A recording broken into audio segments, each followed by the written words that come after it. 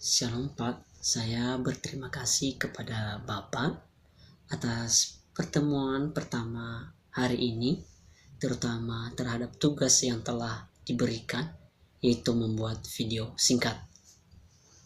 Nah, pada kesempatan ini saya akan mencoba menjelaskan apa yang saya dapat dari materi yang telah Bapak berikan. Adapun materi yang saya jelaskan pada video ini berdasarkan apa yang saya dapatkan dengan judul kegiatan belajar 1, yaitu konsep penelitian tindakan kelas adalah pertama, mengenai definisi penelitian. Nah, saya baru mengerti bahwa penelitian adalah proses sistematis untuk menemukan, mengembangkan, dan menguji kebenaran suatu pengetahuan.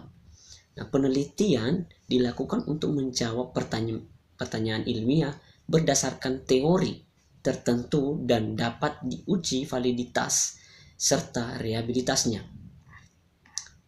Kedua, setelah kita sudah mengerti apa itu peneliti, maka kita harus mengerti apa itu pengertian penelitian tindakan kelas.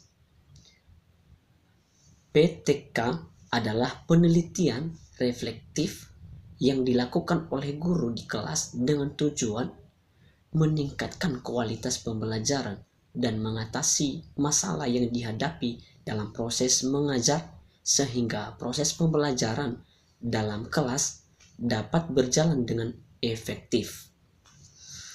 Dalam materi Bapak terdapat pendapat Ebot dan Hongkin berpendapat bahwa PTK adalah kajian yang dilakukan secara menyeluruh untuk memperbaiki praktis pendidikan berdasarkan refleksi guru.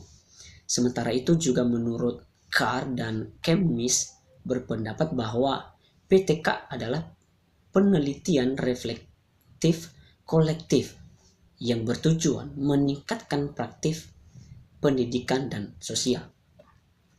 Setelah kita sudah mengetahui apa definisi penelitian dan definisi dari penelitian tindakan kelas, maka kita harus mengetahui ciri-ciri PTK-nya. Ciri-cirinya yaitu pertama, dilakukan di kelas yang diajar oleh peneliti sendiri. Kedua, bersifat reflektif dan kolaboratif. Ketiga, bertujuan meningkatkan kualitas pembelajaran. Keempat, menggunakan metode ilmiah yang sistematis. Setelah itu kita perlu juga tahu apa tujuan dari penelitian tindakan kelas. Tujuan utama dari PTK adalah meningkatkan kualitas pembelajaran dengan pertama, memecahkan masalah nyata dalam kelas. Contohnya, jika siswa sering bosan saat belajar, guru mencoba metode belajar yang lebih interaktif, seperti diskusi kelompok dan permainan edukasi. Kedua, meningkatkan profesionalisme guru. Contohnya, guru mencoba berbagai teknik mengajar baru dan belajar dari hasil penelitian di kelasnya untuk menjadi lebih efektif dalam mengajar. Ketiga, mengembangkan budaya akademik di sekolah. Contohnya, guru membiasakan refleksi dan diskusi dengan rekan sejawat untuk meningkatkan cara mengajar dan berbagai pengalaman dalam mengatasi masalah di kelas, terutama dalam menghadapi peserta didik. Kelima, meningkatkan efektivitas proses belajar mengajar. Contohnya, setelah mencoba teknik belajar berbasis proyek, siswa menjadi lebih aktif dan hasil belajar mereka meningkat dibanding sebelumnya dari metode-metode yang kita pakai.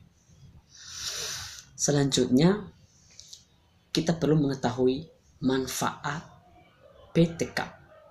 Nah, yang saya dapat di sini adalah pertama, menumbuhkan budaya peneliti di kalangan guru. Contohnya, seorang guru mencoba berbagai cara mengajar seperti menggunakan media gambar dan video, lalu mencatat mana yang paling efektif untuk siswanya.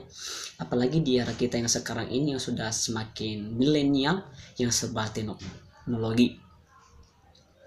Kedua, meningkatkan inovasi dalam pembelajaran. Contohnya, guru yang biasanya hanya menggunakan ceramah mulai mencoba metode role play agar siswa lebih aktif dalam memahami materi. Ketiga, meningkatkan kinerja dan profesionalisme guru. Nah, contohnya guru rajin mengevaluasi hasil belajar siswanya dan mengikuti pelatihan untuk terus meningkatkan cara mengajarnya. Keenam, dalam keenam ini kita harus mengetahui apa sih yang menjadi perbedaan PTK dengan penelitian formal. Itu dapat kita lihat dari tujuan. Nah, perbedaannya adalah penelitian formal menghasilkan teori yang dapat digunakan secara luas.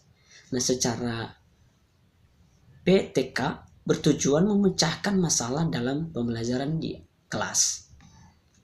Nah, sedangkan sampel itu kalau metode penelitian formal menggunakan teknik sampling. Sedangkan kalau PTK melibatkan semua siswa dalam kelas sebagai subjek penelitian. Desain. Nah, penelitian formal memiliki prosedur yang ketat. Sedangkan kalau PTK itu lebih fleksibel dan menyesuaikan kondisi di kelas. Seterusnya, analisis data. Kalau penelitian formal lebih menggunakan uji statistik inferensial. Sedangkan kalau PTK itu menggunakan analisis deskriptif untuk memahami dampak tindakan. Yang terakhir adalah penerapan. Dalam penerapannya dalam metode penelitian formal itu berfokus pada pengembangan ilmu. Sedangkan kalau PTK lebih memberikan solusi praktis untuk meningkatkan pembelajaran. Nah, dari beberapa hal tersebut di atas, yang harus kita bahas pada terakhir ini adalah jenis-jenis penelitian tindakan. Pertama, penelitian berbasis partisipasi masyarakat untuk perubahan sosial. Kedua, penelitian yang mengkritik ketidakadilan sosial. Ketiga, penelitian untuk meningkatkan kinerja lembaga. Dan keempat, penelitian yang dilakukan oleh guru untuk memperbaiki pembelajaran di kelas. Jadi Pak, akhir dari kesimpulan yang saya baca dari materi yang Bapak berikan adalah PTK merupakan salah satu metode penelitian yang bertujuan untuk meningkatkan kualitas pembelajaran melalui refleksi dan tindakan langsung di dalam kelas yang sedang kita teliti. Dengan penelitian tindakan kelas ini, guru atau kita lebih dapat mengidentifikasi permasalahan, merancang solusi, serta mengevaluasi efektivitas perubahan yang kita lakukan. Terima kasih Pak atas perhatiannya. Demikianlah yang saya pahami dari materi Bapak. Tuhan Yesus memberkati. Sampai berjumpa minggu depan.